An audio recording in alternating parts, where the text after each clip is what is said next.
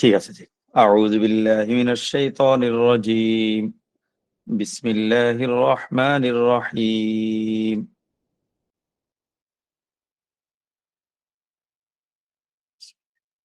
يا أيها النبي لم تحرم ما أحل الله لك تبتغي مرضات أزواجك والله غفور رحيم قد فرض الله لكم تحلة أيمانكم والله مولاكم وهو العليم الحكيم وإذ أسر النبي إلى بعض أزواجه حديثا فلما نبأت به وأظهره الله عليه عرف بعضه وأعرض عن بعض فلما نبأها به قالت من أنبأك هذا قال نبأني العليم الخبير إن تتوبا إلى الله فقد صغت قلوبكما وإن تظاهرا عليه فإن الله هو مولاه وجبريل وصالح المؤمنين والملائكة بعد ذلك ظهير عسى ربه إن طلقكن أن يبدله أزواجا خيرا منكن مسلمات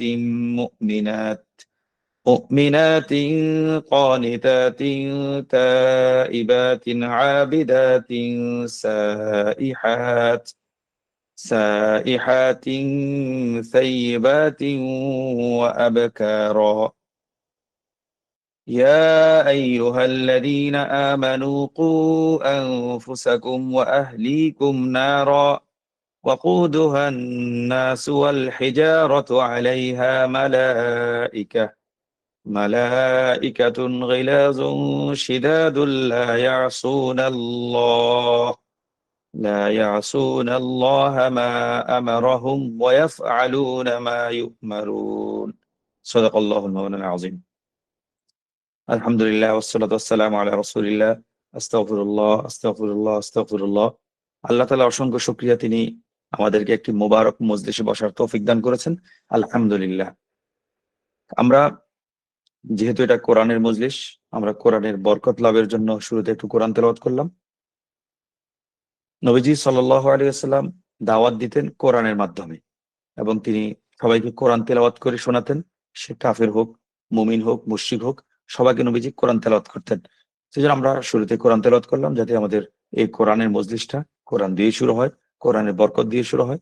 তবে একটা বিষয় আমরা লক্ষ্য করব যে কোরআনের বরকত বলতে কোরআন শুধু বরকতের জন্য নাজিল করা হয়নি। এমনি কোরআন তো আল্লাহ তাআলা কি আনজালনাহু কিতাবুম মুবারক, আল্লাহ তাআলা কোরআনকে মুবারক বলেছেন।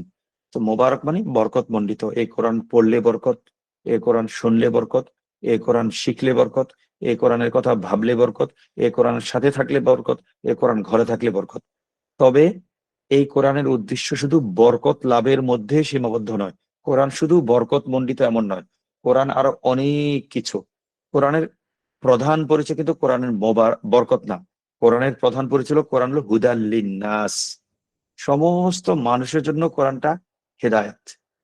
আর বিশেষভাবে হুদাল লিল মুত্তাকিন, হুদাল লিন্নাস বটে, আল্লাহ তাআলা সবার জন্য এই কোরআনকে হেদায়েতের মাধ্যম, হেদায়েতের জরিয়া, হেদায়েতের উপকরণ, হেদায়েতের একটা সবব বানিয়েছেন।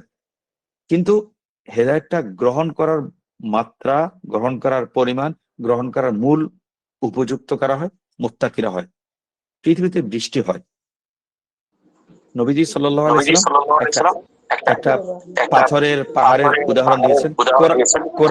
কোরআন কারিমেও আছে যে আল্লাহ তাআলা বৃষ্টি বর্ষণ করেন। বৃষ্টিটা উর্বর ভূমিতেও পড়ে, আবার পাথরে ভূমিতেও পড়ে।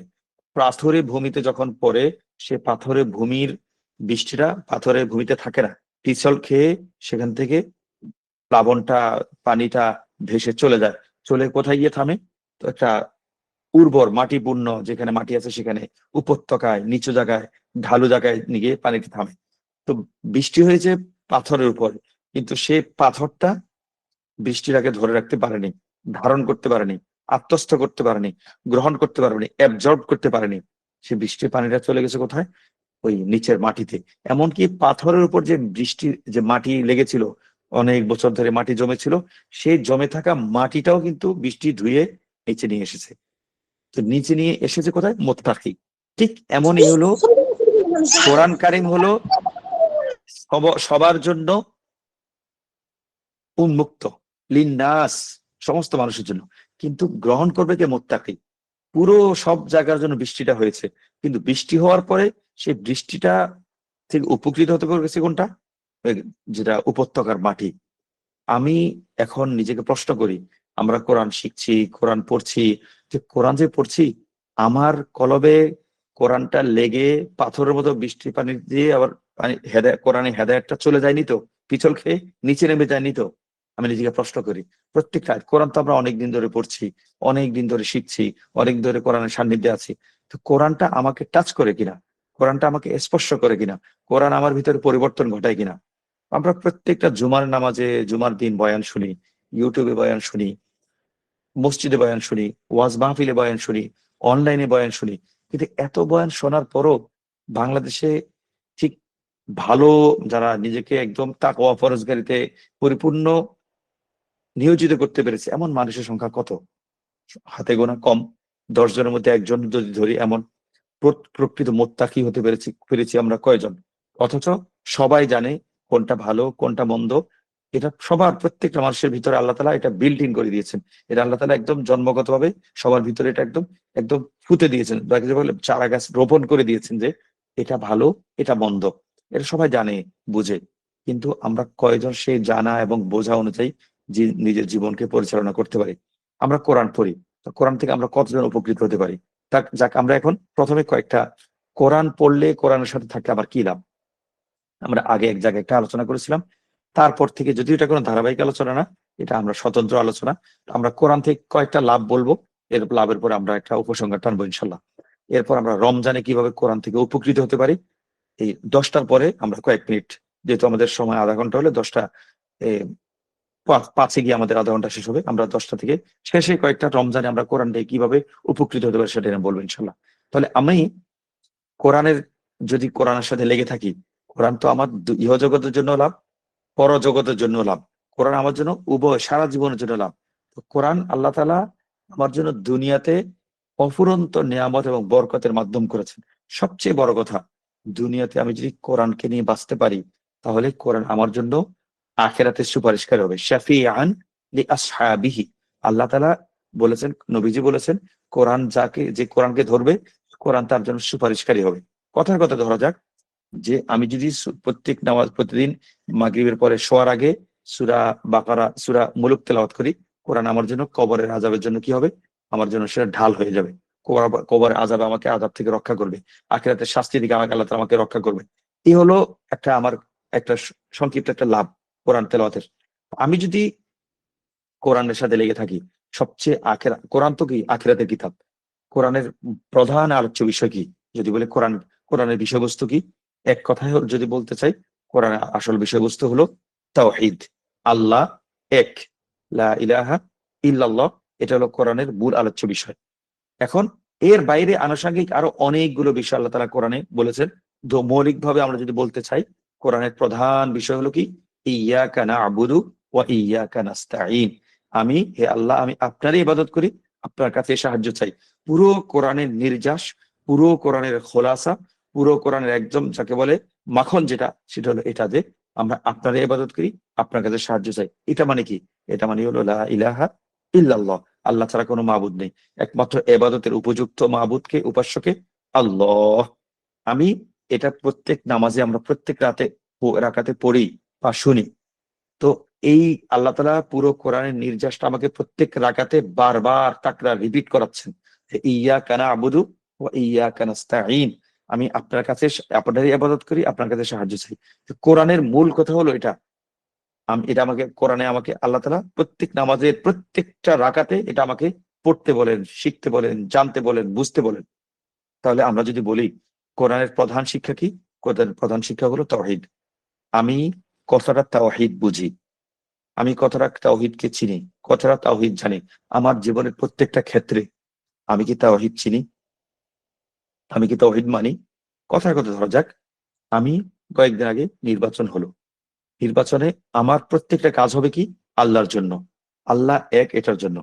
আমি আমরা যারা ভোটটা দিয়েছি, আমার এই ভোটটা কি লা ইলাহা ইল্লাল্লাহ এই মানদণ্ডে হয়েছিল? আমি কি এই কালিমার জন্য ভোট দিয়েছি? বা বাংলাদেশে কি নিরঙ্কুশ ভাবে এমন কোন দল নির্বাচনে যারা প্রার্থী ছিল, এমন কোন দল ছিল কি ছিল যারা শুধু লা ইলাহা ইল্লাল্লাহর জন্য ভোট চেয়েছে? কেউ ছিল এমন নিরঙ্কুশ? শুধু ইসলামী শাসন ব্যবস্থা লা ইলাহা এটার জন্য আমরা ভোট চাচ্ছি। যদিও ভোট চাওয়া, ভোটের প্রক্রিয়াটা গণতন্ত্র, গণতন্ত্রটাকে ওলামায়ে কেরাম কুফর বলেন, এটা একমত। যারা গণতান্ত্রিক রাজনীতি করেন, যারা রাজনীতি করেন না, সবাই এ বিষয়ে একমত যে গণতন্ত্র কুফর। গণতন্ত্র কি? এটা হচ্ছে ইসলামের সাথে মৌলিক তাওহীদের সাথে সাংঘর্ষিক। কারণ গণতন্ত্রের ক্ষমতার উৎস বলা হয় কি জনগণ, আর তাওহীদের যে শরিয়ার যে শাসন ব্যবস্থা, খেলাফতের যে শাসন ব্যবস্থা, সেটা মূল কথা কি? মূল কথা লা ইলাহা ইল্লাল্লাহ। আল্লাহ হলো সবকিছুর কেন্দ্রে, সেন্টারে। তাহলে আমার সবকিছু লা ইলাহা ইল্লাল্লাহর নিমিত্তে হচ্ছে কিনা, আমার সবকিছু লা ইলাহা ইল্লাল্লাহর মানদণ্ডে হচ্ছে কিনা। আমি কোরআন পড়ি, শুধু একটা বিষয়কে আমরা যদি রাখি যে ইয়াকা না'বুদু ওয়া ইয়াকা নাস্তাঈন, আমার সারা দিনের ইন্না সলাতি, আমার সলাত, ওয়া নুসুকি, আমার আমার ইবাদত বন্দেগী, কোরবানি, হজ, ওয়া মাহইয়ায়া, আমার জীবন মরণ, আমার ভোট, আমার রাজনীতি, আমার জীবন, আমার সংসার, লিল্লাহি রাব্বিল আলামিন হচ্ছে আমার সবকিছু। আমরা যারা কোরআন পড়ি, আজকে যদি এই বৈঠকে আমরা একটা কথা বলি যে আজকে থেকে আমার পুরো কথাটা, আমার পুরো জীবনটা ইয়াকা না'বুদু ওয়া ইয়াকা নাস্তাঈনের মানদণ্ডে উঠিয়ে আনবো, এটা আমার সংকল্প। একদিনে তো চট করে পারবো না, ধীরে ধীরে আমরা কি করব, চেষ্টা করব। তাহলে হয়তো ইনশাল্লাহ আজকে থেকে যদি আমি পরিবর্তনের জন্য চেষ্টা করি, ইনশাল্লাহ আল্লাহ তাআলা আমার আল্লাযীনা জাহাদু ফিনা লানাহদিয়ান্নাহুম সুবুলানা, যারা আমার পথে চলার জন্য চেষ্টা করে আমি তাদেরকে পথ দেখাই, যারা আমার মতো করে চলার চেষ্টা করে আমি তাদেরকে লানাহদিয়ানা পথ দেখাবো, পথ প্রদর্শন করব। এখন আমরা তো অনেকের অভিযোগ, হুজুর আমার পরিবেশ ঠিক নাই, আমার পরিবার ঠিক নেই, আমার আশপাশ ঠিক নেই, আমার প্রতিষ্ঠান ঠিক নেই, আমার জব চাকরির ক্ষেত্র ঠিক নেই, আমি দিন পালন করতে পারছি না। আরে প্রথমত তো আমি দিন পালন করার সিদ্ধান্ত গ্রহণ করি, এরপরে আসবে পরিবেশ পরিস্থিতি। আমি প্রথম আল্লাহ তাআলা এটা কোরআনে মূলনীতি কিন্তু, ফাইজা আযামতা ফাতাওয়াক্কাল আলাল্লাহ। তুমি যখন আগে আমাকে আজম করতে হবে, যখন তুমি সংকল্প করবে তারপর তাওয়াক্কুল করবে। প্রথম কাজটা তো আমার, আমাকে আগে সংকল্প করতে হবে যে আমি পুরো জীবনটাকে ইয়াকা না'বুদু ওয়া ইয়াকা নাস্তাঈনের মানদণ্ডে উঠিয়ে আনবো। আমার প্রত্যেকটা কাজকে ইন্না সলাতি ওয়া নুসুকি ওয়া মাহইয়ায়া ওয়া মামাতি লিল্লাহি রাব্বিল আলামিনের মানদণ্ডে উঠিয়ে আনবো। আমার পুরো জীবনটাকে লা ইলাহা ইল্লাল্লাহর মানদণ্ডে উঠিয়ে আনবো। তাহলে গিয়ে আমি প্রথমে আজম করলাম, সংকল্প করলাম। আমরা আসলে ওই অনেক গলার ব্যথা এবং গলা বসে যাওয়ার কারণে একটা না কথা বলতে সমস্যা হচ্ছে, এই জন্য সবার কাছে দুঃখিত, আমরা বারবার কাশি আসবে। তো আমরা এই আজকের বৈঠক থেকে যদি একটা কথা বলি যে আমি আমার জীবনটাকে লা ইলাহা ইল্লাল্লাহর মানদণ্ডে সাজাবো, ইয়াকা না'বুদু ওয়া ইয়াকা মানদণ্ডে সাজাবো, তাহলে এই একটা মূলনীতি আমার জীবনটাকে পাল্টে দেওয়ার জন্য যথেষ্ট। আমরা সাহাবায়ে কেরামের জীবনে দেখি যে এর আগে কত ভয়ঙ্কর পাপী কাফের, মানে কাফের রাসূলের কাছে লা ইলাহা ইল্লাল্লাহ পড়েছে, জীবন আমূল বদলে গেছে। কেন? তারা লা ইলাহা ইল্লাল্লাহটাকে মনে প্রাণে গ্রহণ করেছে।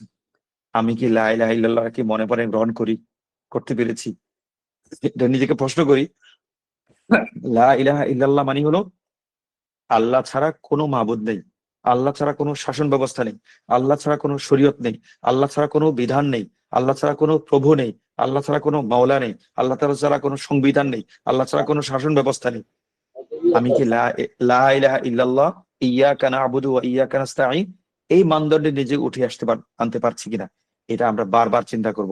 আমার প্রত্যেকটা কাজ যেন ইয়াকা না'বুদু ওয়া ইয়াকা নাস্তাঈনের মানদণ্ডে হয়, আমার প্রত্যেকটা চিন্তা যেন ইয়াকা না'বুদু ওয়া ইয়াকা নাস্তাঈনের মানদণ্ডে হয়। এখন আমরা তো কোরআন পড়ি, এখন এই মানদণ্ডে উঠে আসবো কিভাবে? এই মানদণ্ডে উঠে আসার জন্য আমাকে কোরআনের সংস্পর্শে থাকতে হবে।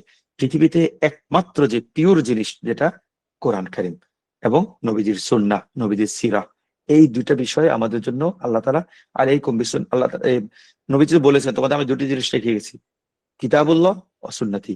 আল্লাহ তাআলা নবীজি এই দুইটা বিষয় আমাদের জন্য রেখে গেছেন। নবীজি বলেছেন আল্লাহর কিতাব রেখে গেছে, আমার সুন্নাহ রেখে যাচ্ছি। এই দুইটা যদি তোমরা আঁকড়ে ধরো আলাইকুম আদু আলাইহি বিন নওয়াজিজ, তোমরা একদম দাঁত দিয়ে যেভাবে কামড়ে ধরো সেভাবে এই দুটো বিষয়কে তোমরা কামড়ে ধরো, এইভাবে নবীজি বলেছেন। আমি কামড়ে কি ধরছি আল্লাহর কিতাবকে, নবীজির সুন্নাহকে? নিজেকে প্রশ্ন করি।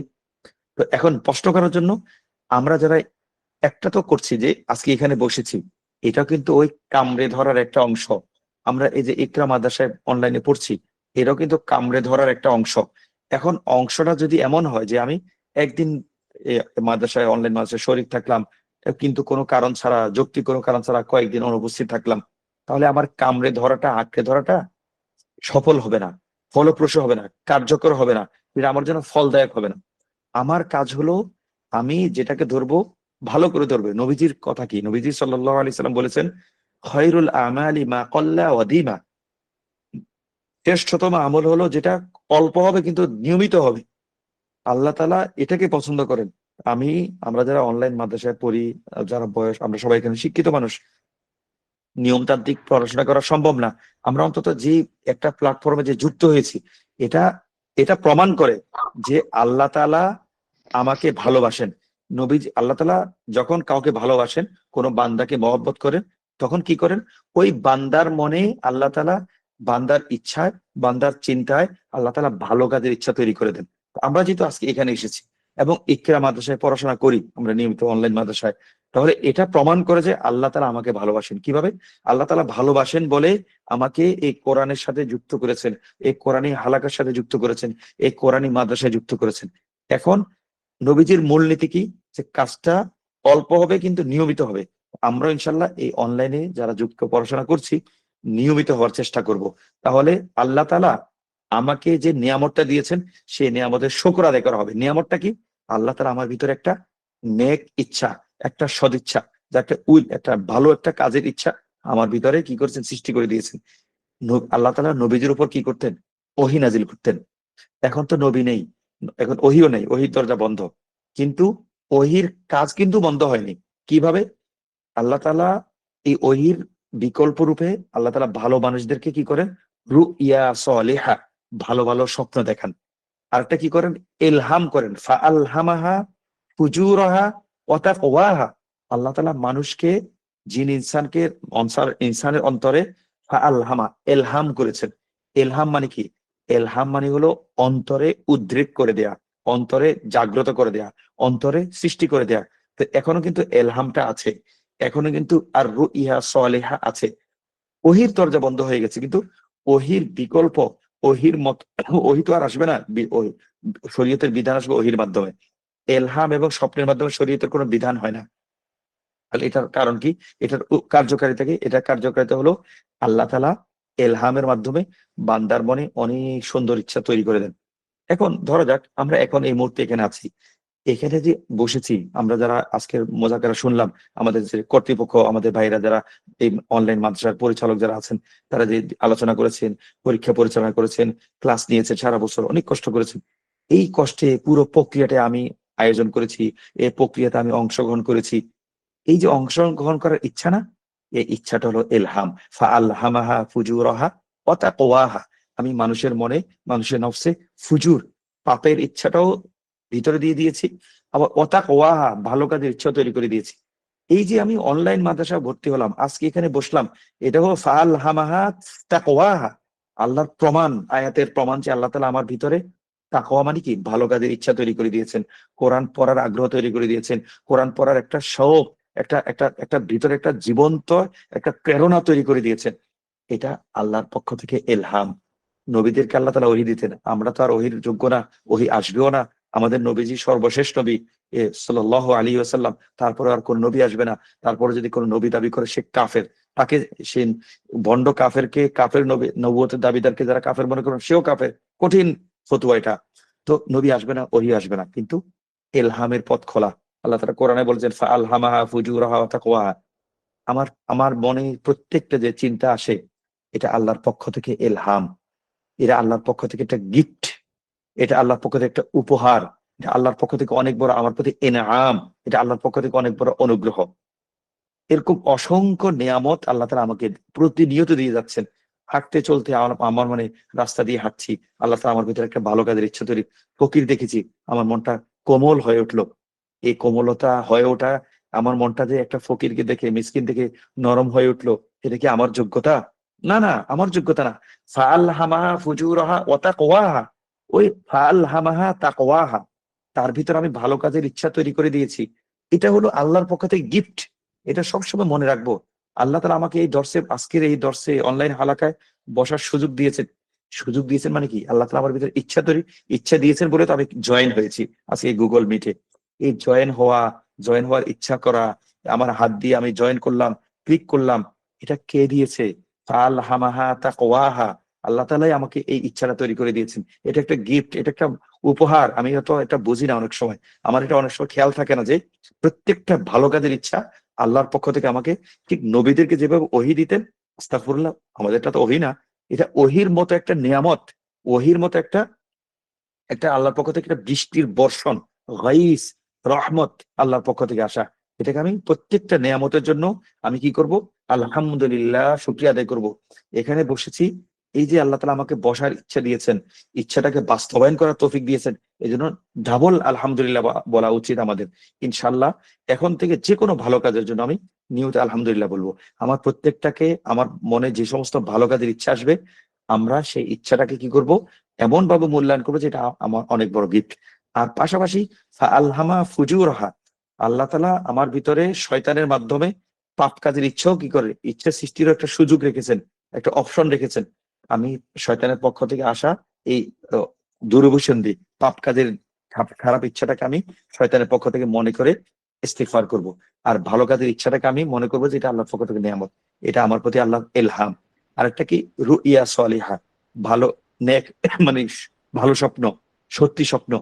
এই সত্যি স্বপ্নটা, এটা তো আর সবার পক্ষে সম্ভব না, সবাই ভালো ভালো স্বপ্ন দেখেও না। যারা কলব সাফ থাকে, কলব পরিষ্কার থাকে, অনেক স্বপ্ন, এবং অনেক সত্য স্বপ্ন কিন্তু কাফেরও কিন্তু সত্য স্বপ্ন দেখতে পারে।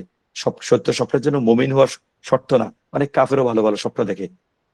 এটা আল্লাহর পক্ষ থেকে তাকে দেওয়া নিয়ামত, গিফট। আল্লাহ তাআলা হয়তো সে কোনো ভালো কাজ করেছে, তার নিয়ামত হিসাবে, তার পুরস্কার হিসেবে আল্লাহ তাআলা তাকে দুনিয়াতে সত্য স্বপ্ন দেখিয়ে দেন।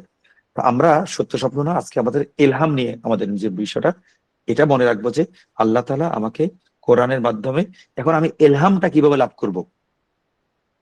ইলহামটা লাভ করার জন্য আমাকে কোরআনের সাথে লেগে থাকতে হবে। কারণ কেন কোরআনের সাথে লেগে থাকতে হবে? আল্লাহর পক্ষ থেকে এই বেশি বেশি ইলহাম আসার জন্য আমার কলবটা পরিষ্কার থাকতে হবে।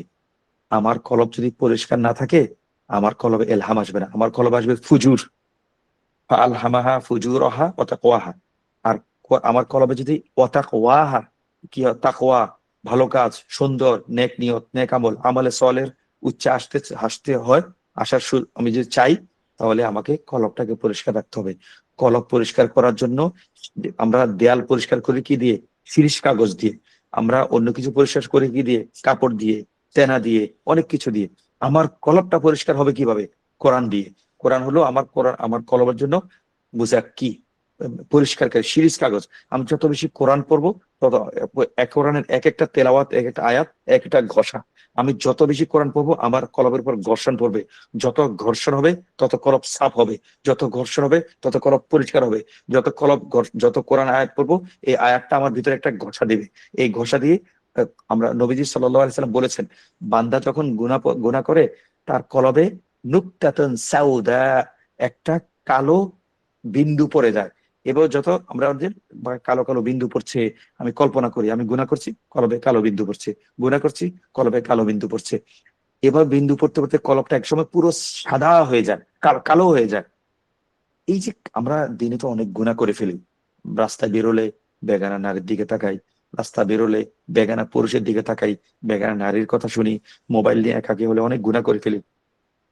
নুকতাতুন সাউদা, আমার কলবে অনবরত কালো দাগ পড়তে থাকে। এটা কালো দাগটা পরিষ্কার করার সাবান কি? কোরআনের আয়াত। আমি যত আয়াত পড়বো, কলবটা তত সাফ হবে। যত আয়াত পড়বে, কলব তত সাফ হবে। এটা আমার জন্য এটা মহা সুযোগ, সামনে রমজান। আমি সামনে রমজান, যেহেতু কোরআনের মাস, শাহরুর রমাজান উনজিলা ফিহিল কোরআন, কোরআন নাযিল হয়েছে। এখন থেকে আমি কোরআনটাকে কি কল্পনা করব, কোরআন যখন তেলাওয়াত করব কল্পনা করব আমি একটা শিরিষ কাগজ হাতে নিয়ে বসেছি, আলহামদুলিল্লাহ রাব্বিল আলামিন, একটা ঘষা দিলাম, মানে আমার কলমটা কিছু পরিষ্কার হলো। কোরআনের যেভাবেই তেলাওয়াত করি, মনোযোগ দিয়ে তেলাওয়াত করি, অমনোযোগী হয়ে তেলাওয়াত করি, এক সামান্যতম অমনোযোগী তেলাওয়াতও কিন্তু উপকার থেকে খালি না। হ্যাঁ, তেলাওয়াত করতে হবে বুঝে বুঝে। কোরআন শুধু তেলাওয়াতের জন্য নাজিল হয়নি, এটা সত্য। কোরআন তেলাওয়াতের জন্য নাজিল হয়েছে, বরকতের জন্য নাজিল হয়েছে, কোরআন তাদাব্বুরের জন্য নাজিল হয়েছে, কোরআন থেকে শিক্ষা গ্রহণ করার জন্য নাজিল হয়েছে, কোরআনের অনুযায়ী জীবন গঠন করার জন্য নাজিল হয়েছে।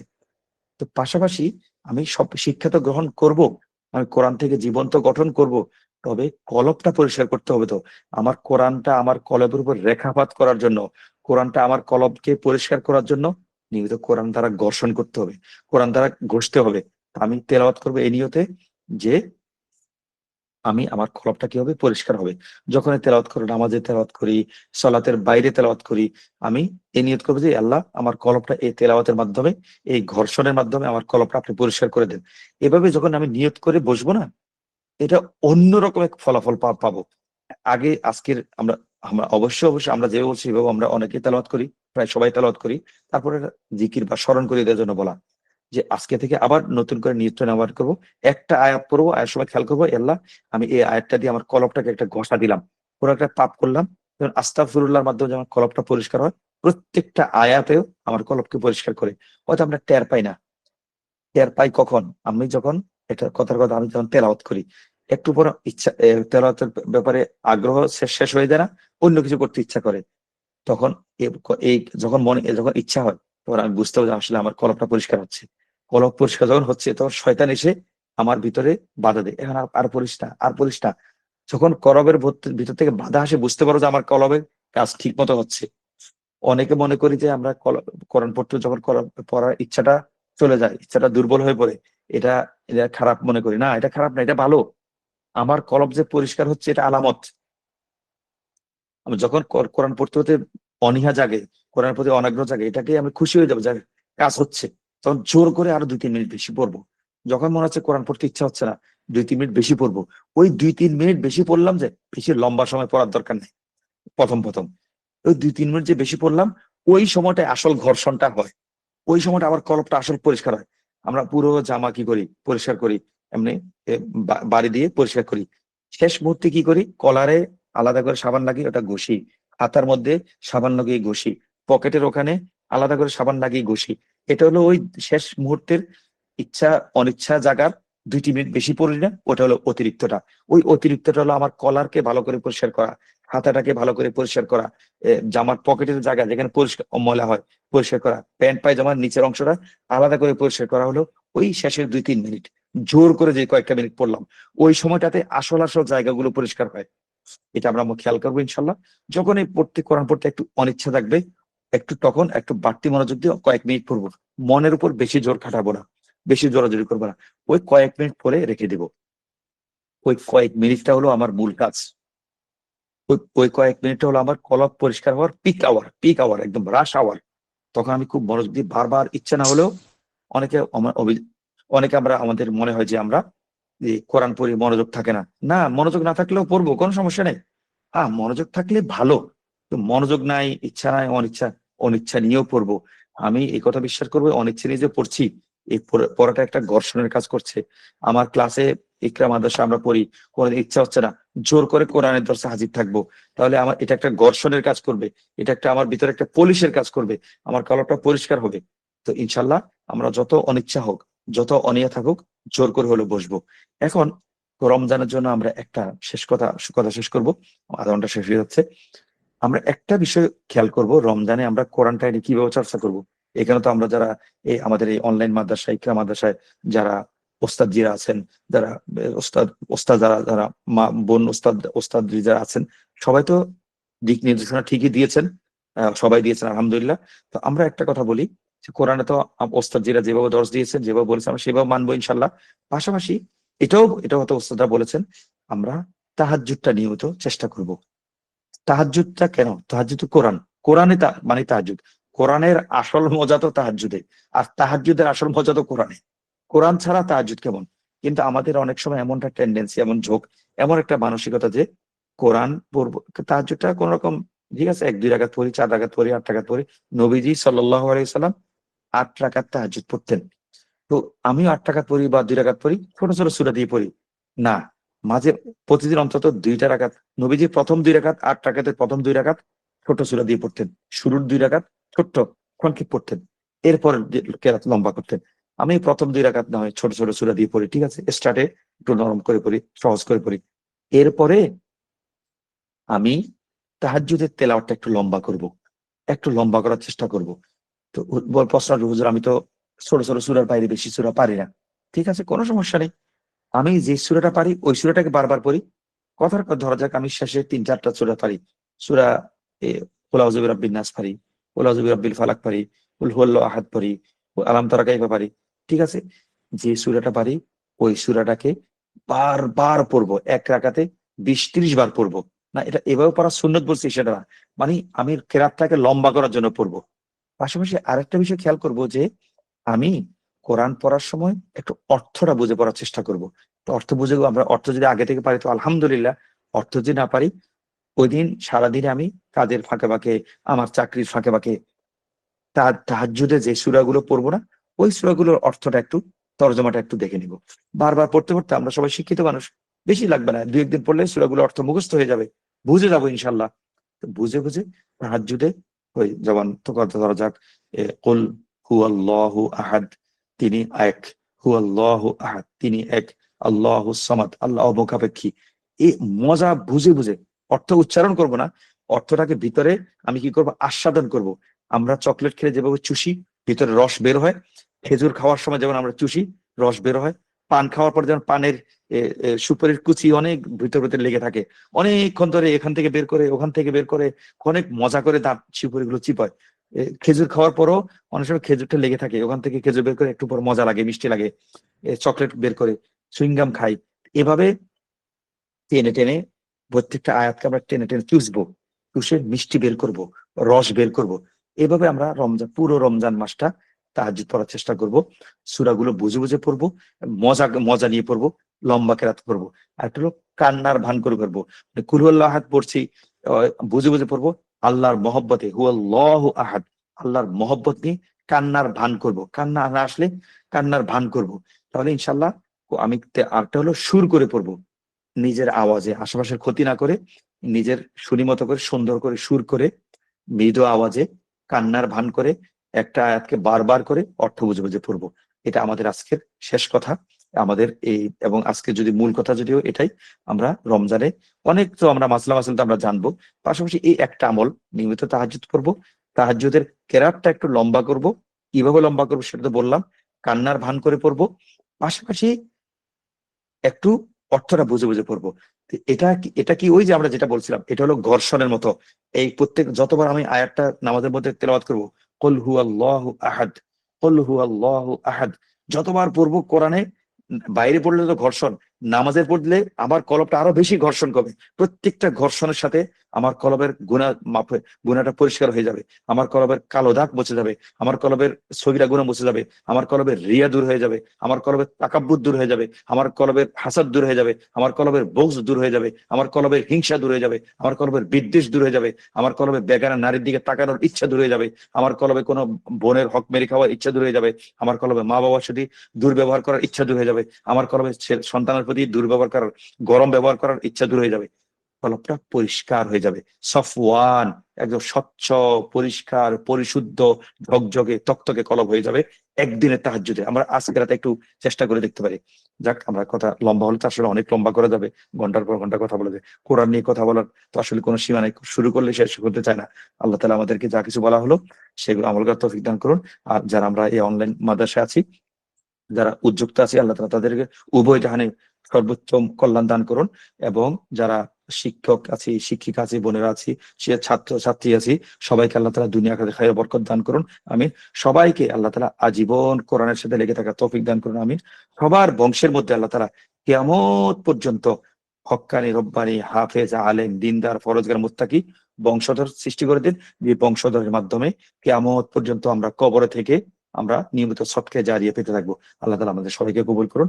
আমরা যারা কোরআনে আছি, এই মাদ্রাসায় আছি, অনলাইন মাদ্রাসা, ইনশাআল্লাহ এই মাদ্রাসায় লেগে থাকবো, এই নিয়মিত পড়াগুলো আদায় করব, ক্লাসে নিয়মিত হাজির থাকার চেষ্টা করব। দুনিয়া একদিকে থাকলেও কোরআনকে প্রাধান্য দিব। আল্লাহ তাআলা আমাদেরকে তৌফিক দান, আল্লাহ তাআলা আমাদের তৌফিক দান করুন, আমিন। যারা আজকের আয়োজনের সাথে আছেন, আল্লাহ তাআলা তাদেরকে উত্তম বিনিময় দান করুন, আমিন। আল্লাহ তাআলা যারা আজকে অংশগ্রহণ করেছি তাদেরকে আল্লাহ তাআলা উত্তম বিনিময় দান করুন। ওয়া আখিরু দাওয়ানা আলহামদুলিল্লাহি রাব্বিল আলামিন ওয়া মা আলাইনা ইল্লাল বালাগুল মুবিন। জি ভাই।